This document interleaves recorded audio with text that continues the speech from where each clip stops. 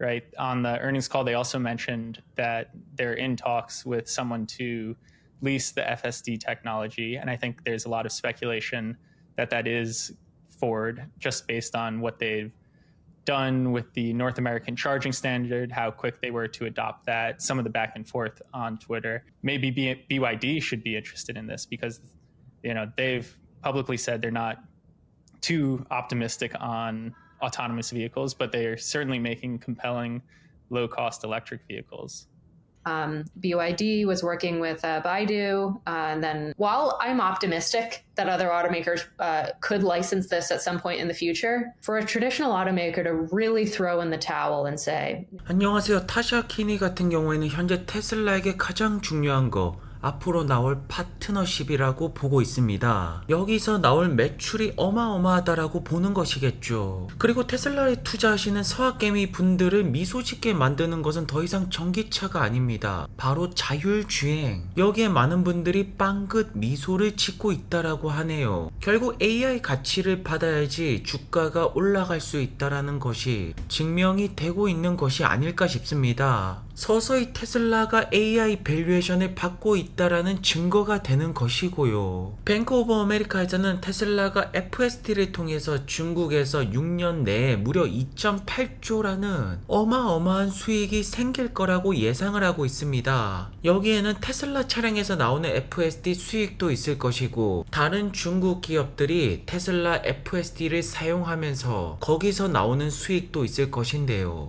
그리고 알크에서는 앞으로 테슬라 FSD를 사용할 기업, 미국에서는 포드, 중국에서는 비아디가 유력하지 않을까라는 예상치를 내놓고 있습니다. 사실 포드 같은 경우에는 블루 크루즈라는 시스템이 있지만 문제가 많은 편이죠. 특출난 능력도 보여주지 못하고 있고요. 그래서 현재 포드가 집중하는 것은 전기차인데 전기차에서 나오는 손실이 막대합니다. 사실상 소프트웨어에 신경 쓸 여력은 없다라고 보여지고요. 그리고 포드 CEO가 테슬라에게 굉장히 친화적이고 슈퍼차저 NACS를 비롯한 테슬라가 무언가 할 때 정말로 빠르게 채택을 하고 있습니다. 친 테슬라 정책을 하고 있다라는 뜻인데요. 그렇다면 앞으로 테슬라 FSD 라이센싱 계약 포드가 가장 먼저 나오지 않을까? 우리는 합리적인 추론을 내세울 수가 있겠죠. 이것만 된다라면 본격적으로 테슬라가 다른 자동차 기업들을 종속시키는 단계로 가는 단계가 시작되는 것입니다. 그리고 중국에서 어마어마한 물량을 쏟아내고 있는 비아디 같은 경우에는 사실상 저가형 전기차에 올인을 하고 있고요. 결국 소프트웨어 같은 경우에는 외주 기업을 써야 될 텐데 중국에서도 현재 테슬라가 가장 유력한 후보군 중에 하나가 아닐까요? 현재 전기차 같은 경우에는 글로벌적으로 테슬라 다음으로 비아디가 많이 팔고 있습니다. 그렇다면 비아디가 테슬라의 FSD를 채택한다라면 전기차 시장은 이제 끝났다라고 보는 것이 정답이라고 보여집니다. 그리고 이번에 테슬라 경영진에서는 그 어떠한 때보다 자율주행 기술력에 대해서 자신감을 보여주고 있죠. 그리고 그 결과 조금씩 승인되는 모습들이 나오고 있지 않습니까? 청신호라고 보여집니다. 그리고 테슬라의 핵심 가치 중에 하나가 테슬라 차량이 끊임없이 업데이트가 되고 있습니다. 웨이모와 같은 테크 기업들은 할 수가 없는 부분이죠. 그래서 앞으로 향후 테슬라의 미래 기업 가치의 3분의 2가 로보택시가 될 거라고 전망하는 것이 알크의 타샤 키니가 내놓고 있는 의견이죠.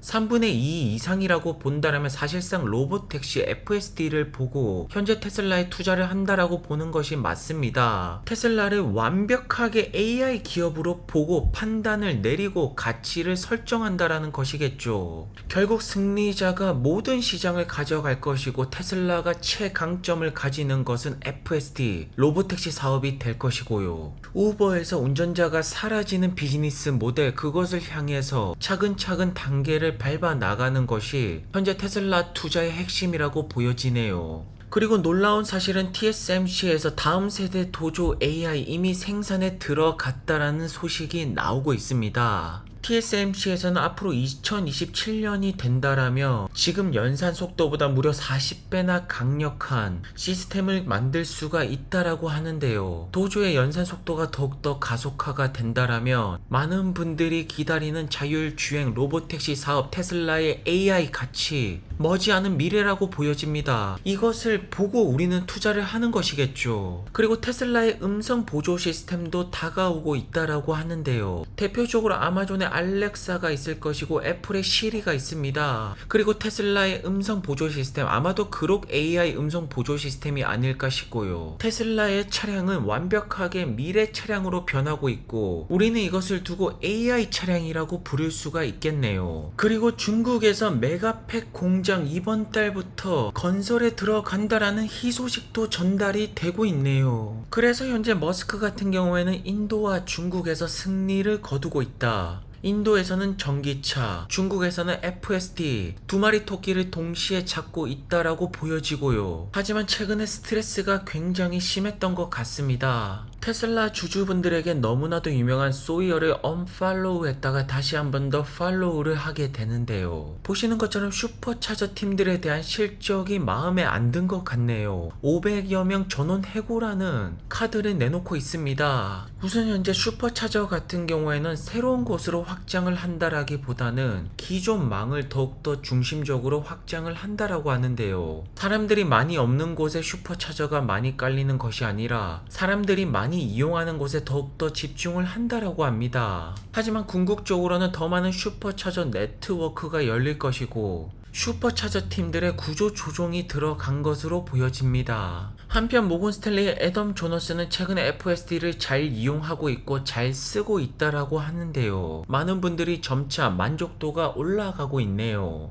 그리고 울트라소닉 센서를 가진 차량에게 테슬라 비전 오토파크가 제공이 된다라고 합니다. 미국과 캐나다 시장에서고요. 그리고 사이버 트럭 프렁크의 센서는 더욱더 업데이트가 되면서 부드러운 물체 같은 경우에는 가까이 가기 전에 멈춘다라고 합니다. 소프트웨어 업데이트는 계속되고 있고요. 현재 확실하게 머스크의 리더 하에 테슬라는 하드코어 모드를 선언한 것 같습니다. 그야말로 말 그대로 하드코어 모드로 일을 하겠다라는 뜻인데요. 최근에 머스크가 보여주고 있는 테슬라의 비전은 AI 부분에 대해서 빛이 점점 나기 시작하고 있고 많은 분들이 기대하시는 미래 가치는 더욱더 선명해지고 있다라고 보여집니다.